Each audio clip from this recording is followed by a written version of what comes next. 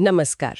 आज हम प्रेम शंकर चरणाना के हिंदी उपन्यास सरकारी चाय की दुनिया में गहराई से उतरेंगे और समझने की कोशिश करेंगे कि ये कहानी हमें क्या बताती है। जी। हमारे पास स्रोत के तौर पर इस उपन्यास का एक विस्तृत सारांश मौजूद है जो इसके किरदारों, माहौल और मुख्य संदेशों को सामने रखता है। आज की हमारी ये जो चर्चा है ये भारत में सरकारी नौकरी की तैयारी करने वाले लाखों युवाओं की जिंदगी के इर्द गिर्द घूमेगी। जी बिल्कुल। हम उनके संघर्ष, उनके सपनों और उन सामाजिक सच्चाइयों को समझने की कोशिश करेंगे जिनका वे हर रोज सामना करते हैं, जैसा कि इस उपन्यास में दिखाया गया है। मतलब हमारा मकसद ये जानना है कि ये कहानी सिर्फ एक परीक्षा पास करने की दौड़ से कहीं ज्यादा गहरी कैसे है। बिल्कुल। सोचिए, एक तस्वीर अपने मन में बनाइए।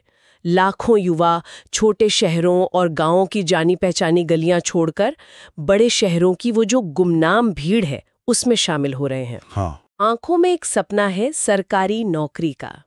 उपन्यास इसी सपने की खातिर होने वाली भागदौड़, उम्मीदों के बनते बिगड़ते टीलों और कभी राहत तो कभी इंतजार भरी वो जो चाय के प्याले हैं उनके इर्द गिर्द बुनी गई जिंदगी को हमारे सामने लाता है। जी आप। तो चलिए इस दुनिया को और करीब से देखते हैं।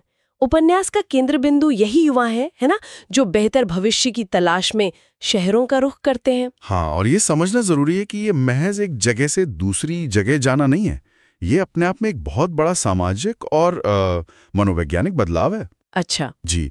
दिलचस्प बात यह है कि सरकारी नौकरी शब्द जो है ना, ये सिर्फ एक करियर का नाम नहीं रह गया अब। भारत के सामाजिक आर्थिक संदर्भ में देखें तो ये एक गहरी आकांक्षा, एक प्रतीक बन चुका है सुरक्षा का, सम्मान का और शायद सबसे बढ़कर एक स्थिर जीवन का। हाँ, स्थिरता। जी। कई परिवारों के लिए ये पीढ़ी दर पीढ़ी चले आ रहे हैं संघर्ष से बाहर निकलने का एक निश्चित रास्ता जैसा लगता है। जो घरवाले लगा लेते हैं, वो दबाव जो समाज बनाता है और रोजमर्रा की वो छोटी बड़ी जद्दोजहद जिससे ये युवा गुजरते हैं। बिल्कुल। उपन्यास सिर्फ इस सपने की वो जो चमक है वो नहीं दिखाता, बल्कि उस चमक के पीछे की असलियत को भी उजागर करता है। ये उन अनकहे बलिदानों, उन मानसिक दबावों और उन लगातार चलते संघर्षों की बात करता है जो इस तैयारी के सफर का आप कह सकते हैं अभिन्न हिस्सा बन जाते हैं। जी। ये महज पढ़ाई की कहानी नहीं, ये जिंदगी जीने के संघर्ष की कहानी है, एक बहुत ही विशिष्ट संदर्भ में। चलिए किरदारों के जरिए इस अनुभव को और समझने की कोशिश करते हैं। सारांश में सबसे पहले अटल का जिक्र आता है। एक छात्र किराए के कमरे में रहता है, रोज कोचिंग की भागदौड़, अकेली शामें, कभी उम्मीद जगती है, कभी टूट जाती है, और इन सब के बीच कमरे की टपकती छत जैसी वो रोजमर्रा की परेशानियां। ये किरदार क्या दर्शाता है? पूर्ण पहलू सामने लाता है अकेलापन और वो लगातार चलने वाला संघर्ष। अकेलापन। हाँ, वो किराए का कमरा, वो टपकती छत, ये सिर्फ भौतिक असुविधाएं नहीं है, ये असल में उस बड़ी अनिश्चितता, उस बेबसी और उस मानसिक थकान का प्रतीक बन जाती हैं जिनसे कई छात्र गुजरते हैं। शहर की भीड़ में रहते हुए भी वे अक्सर कितने अकेले होते हैं अपने सपनों और अपनी चिंताओं के साथ। अटल हमें उस पहलू से रूबरू कराता है जहां सपना धीरे धीरे बोझ बनने लगता है। लेकिन क्या ये अकेलापन सिर्फ बाहरी परिस्थितियों का नतीजा है, या फिर इस पूरी दौड़ का, इस गला काट प्रतिस्पर्धा का एक अंदरूनी हिस्सा बन जाता है? क्या उपन्यास इस पर भी कुछ इशारा करता है? ये एक बहुत अहम सवाल है। उपन्यास दिखाता है कि ये अकेलापन कुछ हद तक बाहरी जरूर है, परिवार से दूरी, अनजान शहर, हाँ, लेकिन ये अंदरूनी भी है। जब हर कोई एक ही सीमित लक्ष्य के पीछे भाग रहा हो तो एक अनकहा तनाव और प्रतिस्पर्धा का माहौल बन जाता है।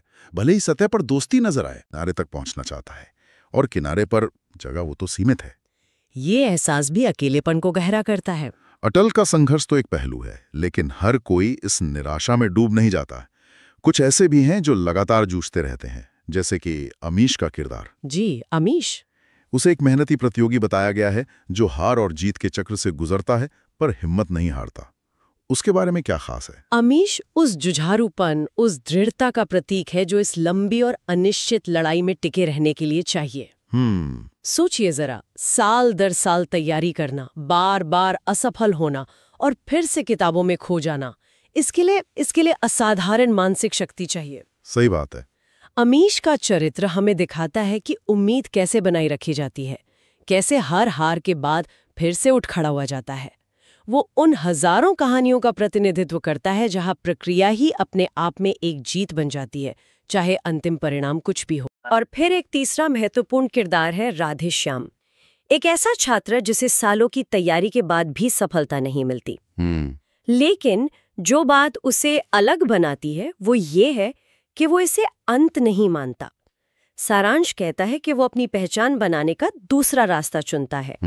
ये अपने आप में एक बड़ी बात है, उस माहौल में जहां सरकारी नौकरी अक्सर सफलता का एकमात्र पैमाना मान ली जाती है। बिल्कुल, राधेश्याम का किरदार शायद सबसे ज्यादा विचारोत्तेजक है। अच्छा। वो हमें सफलता की जो पारंपरिक परिभाषा है ना, उस पर सवाल उठाने को मजबूर करता है। क्या सफलता सिर्फ वही है जो समाज तय करता है, या इसका कोई और मतलब भी हो सकता है?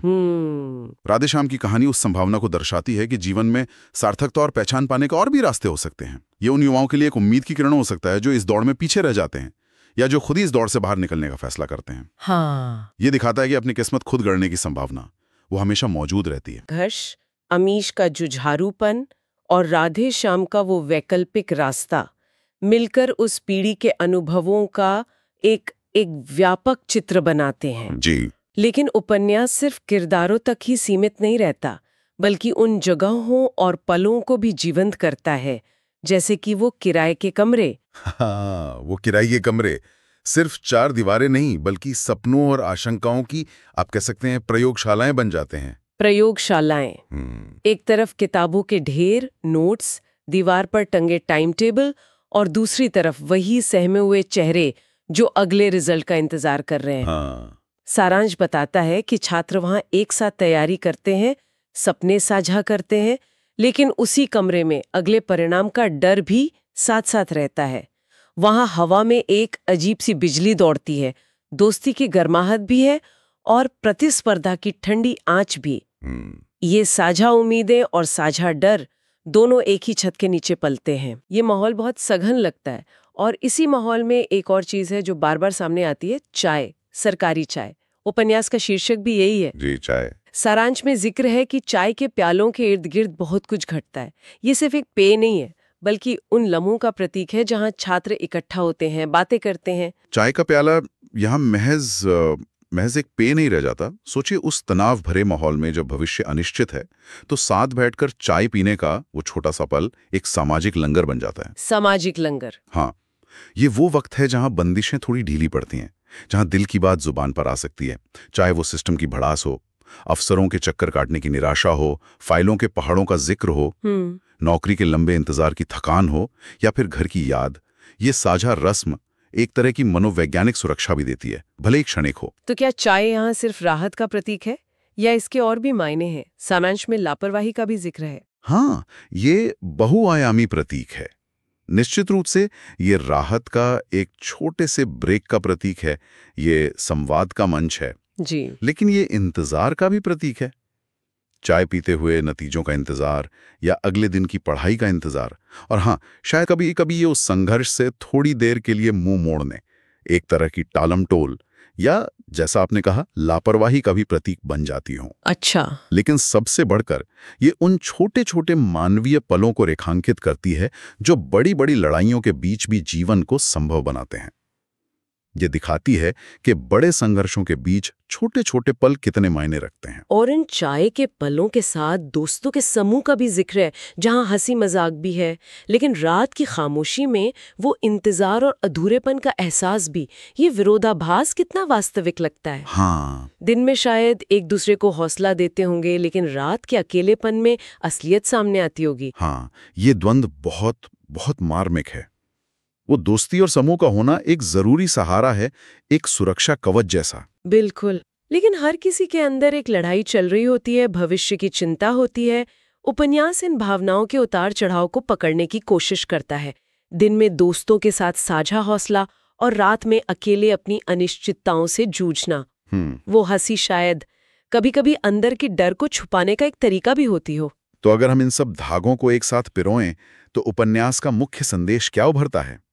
सारांश कहता है कि सफलता सिर्फ परीक्षा पास करना नहीं है। बिल्कुल।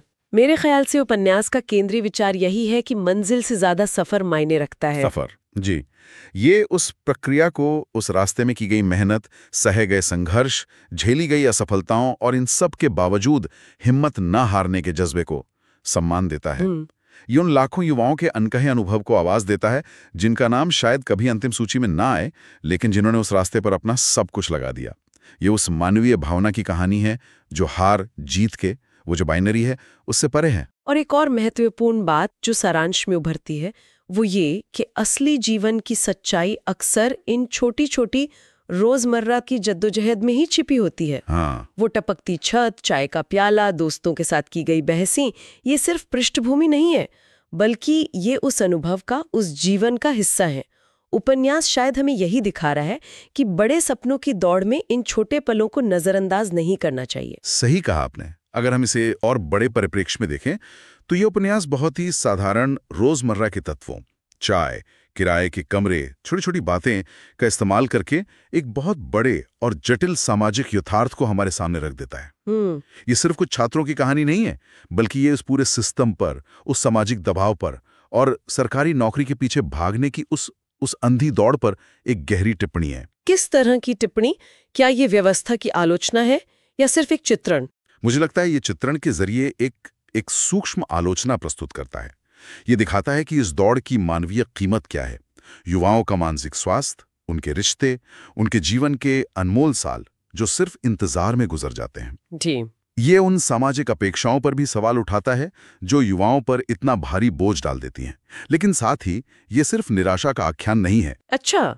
ये मुश्किल हालात में भी टिके रहने की व्यक्तिगत क्षमता, उस लचीलेपन, रेजिलियंस को भी उजागर करता है जो इन युवाओं में दिखता है, चाहे वो अमीश के लगातार प्रयास में हो या राधे श्याम के नया रास्ता चुनने में। तो संक्षेप में कहें तो सरकारी चाय सिर्फ एक उपन्यास नहीं बल्कि एक आईना है जिसमें हम सरकारी नौकरी की आकांक्षा रखने वाले लाखों युवाओं के सपनों, उनके संघर्षों, उनकी रोजमर्रा की जिंदगी की छोटी छोटी खुशियों और गमों की एक झलक देख सकते हैं। बिल्कुल। ये उन भावनाओं को पकड़ता है जो अक्सर सफलता या असफलता की बड़ी कहानियों के शोर में कहीं कहीं दब जाती हैं।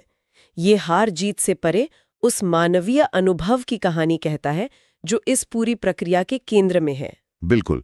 और यहाँ से एक विचारणीय प्रश्न उठता है जो शायद श्रोताओं को सोचने पर मजबूर करे।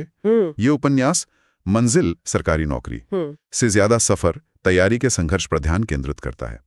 परिणाम चाहे जो भी हो, उस रास्ते का अनुभव अपने आप में मायने रखता है। हाँ। तो सोचने वाली बात यह है कि हमारे अपने जीवन में या हमारे समाज में ऐसी और कौन सी दौड़ें हैं, चाहे वो करियर की हो, शिक्षा की हो, धन कमाने की हो या किसी और लक्ष्य की, जहां हम अक्सर सिर्फ विजेताओं और हारने वालों की गिनती करते रह जाते हैं। सही बात है। और उसके पीछे की असंख्य मानवीय कहानियों, उनके संघर्षों, उनके बलिदानों और उनके अनुभवों को पूरी तरह अनदेखा कर देते हैं।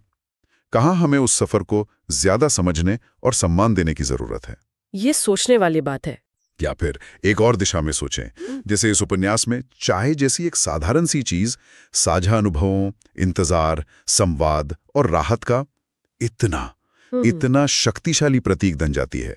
जी। क्या आज के दौर में हमारे अपने जीवन में कोई ऐसी रोजमर्रा की चीजें, आदतें या रस्में हैं जो इसी तरह हमारे साझा अनुभवों, आकांक्षाओं या संघर्षों का प्रतीक बन गई हैं?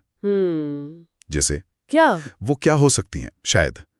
शायद सोशल मीडिया का कोई ट्रेंड, या कोई खास तरह का कैफे, या कुछ और। इस पर विचार करना भी दिलचस्प होगा कि हमारे समय के प्रतीक क्या हैं।